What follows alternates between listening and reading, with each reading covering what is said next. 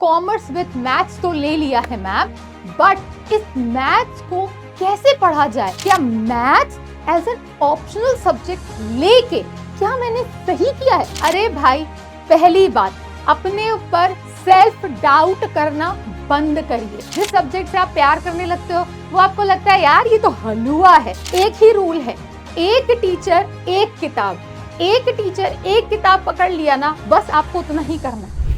Hello everyone, मैं साक्षी, आपकी maths की मेंटोर, और आज आप लोगों की जो सबसे बड़ी प्रॉब्लम है कि कॉमर्स विद मैथ्स तो ले लिया है मैम, बट इस मैथ्स को कैसे पढ़ा जाए? मैम, मैथ्स में तो बहुत प्रॉब्लम्स आती हैं, मैथ्स के साथ तो ना जाने मैम क्या क्या करना है। तो भाई, आपकी एक तो प्रॉब्लम है कि मैथ्स को कैसे पढ़ा जाए, और इसके अलावा भी आपके दिमाग में बहुत सारी प्रॉब्लम्स होंगी। कुछ प्रॉब्लम्स आज हम डिस्कस करेंगे और उसके मैं सॉल्यूशन जरूर से जरूर दूंगी। तो क्या आपके दिमाग में सबसे पहली प्रॉब्लम ये आती है, क्या maths as an optional subject लेके क्या मैंने सही किया है? सबसे पहले यही आता है, क्योंकि एक बच्चा सोचता है मेरे दोस्त ने तो साइंस ली है, मैं तो पीसीएम वाला हूं, है ना, तो उसको तो मैथ्स पढ़नी है। एक बच्चा कॉमर्स है, विदाउट मैथ्स लिया है, मस्त लाइफ जी रहा है, मैं मैथ्स लेके इतना टेंशन क्यों लूं? अरे भाई, पहली बात, अपने ऊपर सेल्फ डाउट करना बंद करिए। आपने जो डिसीजन लिया है वो कहीं ना कहीं, आज नहीं, 2 साल के बाद, 5 साल के बाद या 10 साल के बाद आपको कहीं ना कहीं आपको हेल्प देके जाएगा ही जाएगा। दूसरी प्रॉब्लम जो आपके दिमाग में आती है कि मैम, मैथ्स तो चलो मैंने ले ली, अब क्या मैम मैं अप्लाइड मैथ्स लूं या कोर मैथ्स लूं? बहुत सारा कंफ्यूजन है मैम, बहुत सारा कंफ्यूजन है। अरे भाई, एक तेरे को सीधी बात बताती हूँ भाई, अब तू कॉमर्स विद मैथ्स लिया है, अब तुम्हारे पास क्या क्या करियर ऑप्शन हो सकते हैं? अब आपके पास करियर ऑप्शंस की अगर मैं बात करूं तो आपके पास career option CA, BCom honours, economics honours, statistics honour, BMS, BFIA, BE, actual science, data analyst, MBA, UPSC, कुछ भी करना हो तुम्हें लाइफ में आगे चल के एज अ कॉमर्स स्ट्रीम लेने के बाद, तो भाई हो सकता है कि अभी आपको 12th में से मैथ्स की जरूरत ना पड़े।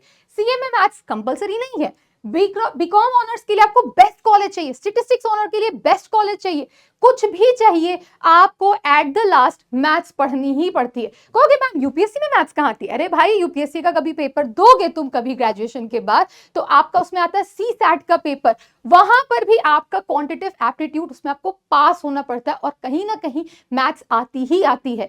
तो मैथ्स लेने से आपको कभी नुकसान नहीं होगा, हमेशा ही फायदा होगा, और हर जगह आप एक अपर हैंड की तरह ही रहेंगे। भले ही आप डेटा एनालिस्ट बनो, डेटा एनालिस्ट का सारा काम मैथ्स ही रिलेटेड है, ठीक? तो क्या ये दिक्कत आपकी लग रही है? लग रही है कि मैथ्स लेके जो सेल्फ डाउट था दिल से मैम, वो थोड़ा सा कम होता हुआ दिख रहा है, रिलैक्सेशन जैसा लग रहा है। फिर चलो मैम, ये तो हो गया, दिल में थोड़ा सुकून मिला आपकी बातें सुन के। फिर आपके दिल में आता है मैम सिलेबस तो बड़ा टफ होगा, है ना, बड़ा टफ सा सिलेबस होगा। तो भाई देखो, कोई भी चीज आप पढ़ेंगे, है ना, सब आपकी बुद्धि पे होता है। जिस सब्जेक्ट से आप प्यार करने लगते हो वो आपको लगता है यार ये तो हलवा है ना। तो भाई, मैथ्स भी अगर आप सही से पढ़ोगे तो आपको मजा आएगा, है ना, एकदम मजा आएगा। रेगुलर क्लास अटेंड करोगे, प्रैक्टिस करोगे, हाथों से क्वेश्चन सॉल्व करोगे, तो फ्लो में सब चीजें आपसे हो जाएंगी। सिलेबस ठीक ठाक रहता है, बट ये है कि कोई भी चीज नामुमकिन नहीं है। दूसरी बात, अब आपके पास जो चौथी प्रॉब्लम आती है, मैम क्लास में तो अपन को सब समझ में आता है, पर खुद पे बहुत को डाउट होता है और क्वेश्चंस बाद में नहीं बनते। तो भाई देख, क्लास में क्वेश्चंस होते हैं, क्लास में सब समझ में आता है, बट कहीं ना कहीं आप कुछ ना कुछ गड़बड़ कर रहे होंगे। अगर क्लास में आपसे सब समझ आ रहा है तो मतलब एक तरीका होता है कि क्लास में आप नोट्स नहीं बना रहे हो, या क्लास में आप क्वेश्चन नहीं सॉल्व कर रहे हो। आप क्या करते हो, जनरली वीडियो देख लिया, है ना, वीडियो देख लिया, और आपका जो प्रैक्टिस करने का तरीका है वो कहीं ना कहीं थोड़ा सा गड़बड़ है। इसमें भैया क्या करना चाहिए? तो भाई, इसका भी तरीका मैं अभी आपको बताती हूँ कि अगर आप इस तरीके से अगर चीजों को फॉलो करोगे तो ये जो वाली प्रॉब्लम है वो आपकी पूरी तरीके से एलिमिनेट हो जाएगी, कि भैया आपका क्लास में भी सब कुछ समझ में भी आ रहा रहा है एंड दूसरी बात आपसे क्वेश्चंस भी बनने लगेंगे। तो भैया मैम कैसे कैसे पढ़ें, कैसे पढ़ाई करा जाए?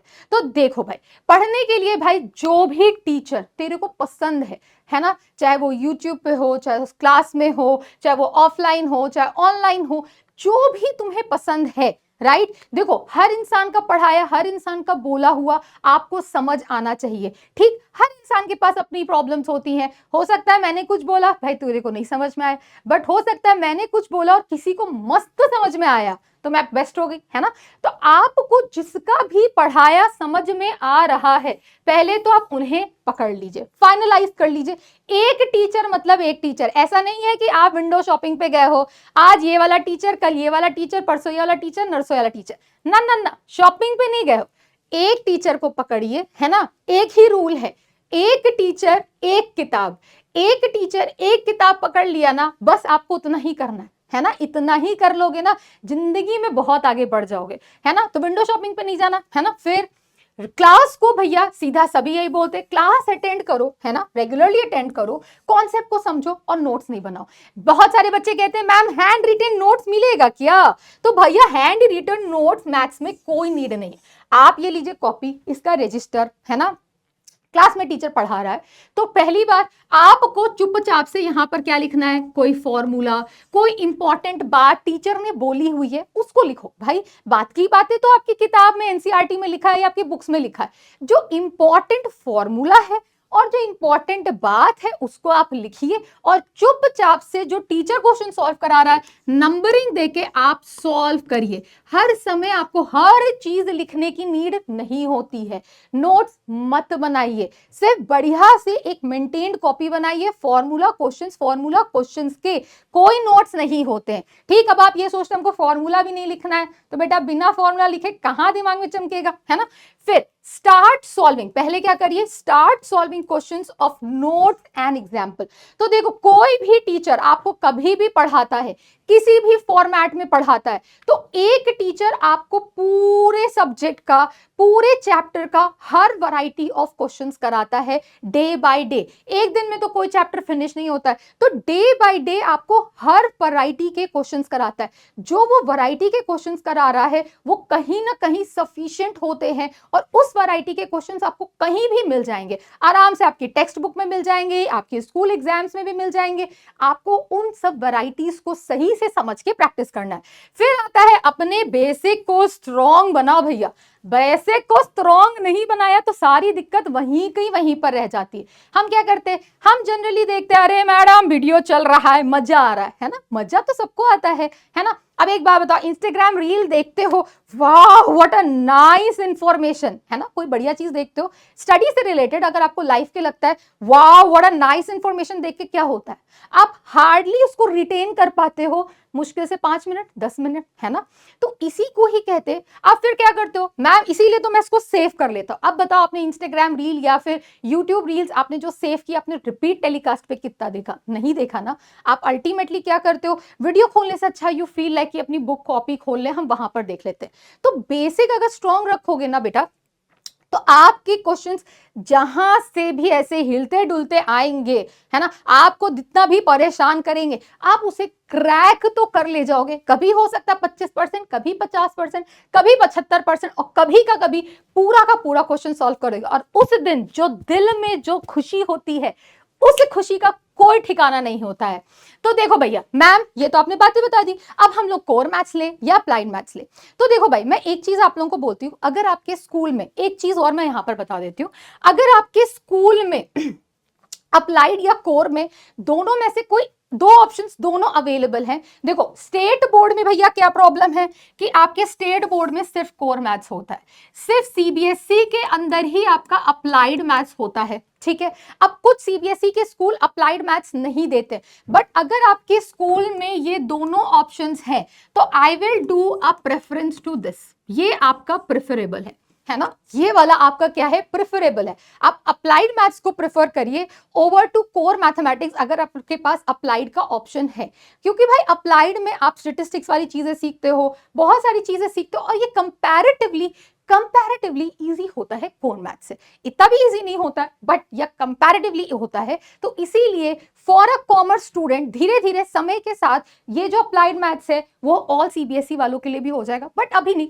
टाइम लगेगा इसके लिए। तो जब तक नहीं हो रहा आप, मैं इसके लिए प्रेफरेंस दूंगी। अगर नहीं है तो दोनों ही अपने में बेस्ट है बेटा, अपने में बेस्ट है, ठीक है। तो मैम आप ये मुझे बताओ कि क्या क्या रिसोर्सेज यूज करें। रिसोर्सेज की अगर मैं बात करूं बेटा, तो रिसोर्सेज आपका कोर मैथमेटिक्स के लिए आपको अपने लेक्चर तो दोनों में ही देखने हैं, राइट, लेक्चर नोट करने हैं। फिर इसके बाद आपको कंपल्सरी एनसीईआरटी करना है। और एज अ कॉमर्स स्टूडेंट अगर आपको एक रेफरेंस बुक से प्रैक्टिस करनी है तो I prefer R S Agarwal या फिर एमएल अग्रवाल को मैं प्रेफर करती हूँ। क्या करती हूँ? एमएल अग्रवाल को मैं क्या करती हूँ बेटा? प्रेफर करती हूँ। और अगर आप यहाँ बच्चे बोलेंगे मैम आर डी शर्मा क्यों नहीं, बेटा देखो यहाँ पर आप कॉमर्स के बच्चे हो, आर डी शर्मा में इतना जोर देने की जरूरत नहीं, आप इन दोनों बुक्स को भी करोगे तो बहुत बढ़िया करोगे। अब आता है अप्लाइड मैथ्स के बारे में, तो सेम चीज है बेटा, इसके अंदर आप डालो अपना lecture notes, right, lecture notes लिखी पहले प्रैक्टिस करेंगे। फिर आपका आता है सीबीएसई ने सपोर्ट मटेरियल दिया हुआ है, सीबीएसई सपोर्ट मटेरियल को यूज करिए, है ना। और अगर आपको इसके अलावा और प्रैक्टिस करना है तो इसके लिए भी एमएल अग्रवाल या फिर आर एस अग्रवाल ही आप यूज करें, एमएल अग्रवाल या फिर आप आर एस अग्रवाल को यूज करें। सो ये हो गए आपके रिसोर्सेस। तो भैया देखिए यहां पर सबसे पहली बात तो ये आपने किस तरीके से पढ़ा। अब मैम इसको पढ़े कैसे, रिवीजन कैसे करें, तो सबसे अच्छी बात ये है कि बेटा देखो कोई भी चीज पढ़ने के लिए आप पहले उसके बुक को खोलो, है ना। आपने जैसे बुक खोला, है ना, आपके पास यहाँ पर एग्जाम्पल लिखा था, एग्जाम्पल नंबर 1 या क्वेश्चन नंबर 1, आप क्या करते हो, खट से उसका सॉल्यूशन देख लेते हो, खट्टे से उसका सॉल्यूशन देख रहे। नहीं भाई, तू क्वेश्चन को देख, सॉल्यूशन को छुपा दे, सारा दिमाग लगा कि भाई टीचर ने इसको पढ़ाया था, इसको कैसे सॉल्व करें, तो पहले उस पे जाओ। और अगर आपको इतनी बेचैनी रहती है तो सबसे पहले आप अपने एग्जाम्पल्स को सॉल्व करिए, है ना।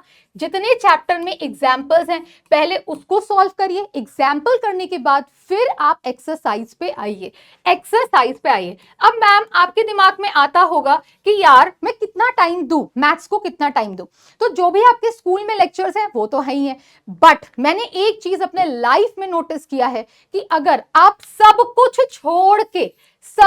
छोड़ दो भाई, YouTube, notes, Instagram, mummy papa भाई बहन छोड़ के अगर तुमने डेडिकेटेडली 1 घंटे मैथ्स पढ़ ली, 1 घंटे, भाई मैंने देखा, मैंने बहुत सारे बच्चों को पढ़ाया है जहां पर मैंने पर्सनली बच्चों को मेंटोर किया, 2 घंटे या 1 घंटे बैठ बच्चे सिर्फ मैथ सॉल्व करते थे, कोई बातचीत नहीं, कोई कॉफी नहीं, ज्यादा पानी नहीं, चुपचाप बैठ के 1 घंटे मैथ सॉल्व किए थे और उन बच्चों के 100 में 100 मैथ्स में आए और उनका कॉन्फिडेंस बहुत हाई हुआ। तो 1 घंटे सिर्फ डेली के दो, शांति से दो, विदाउट एनी डिस्ट्रैक्शन देना है।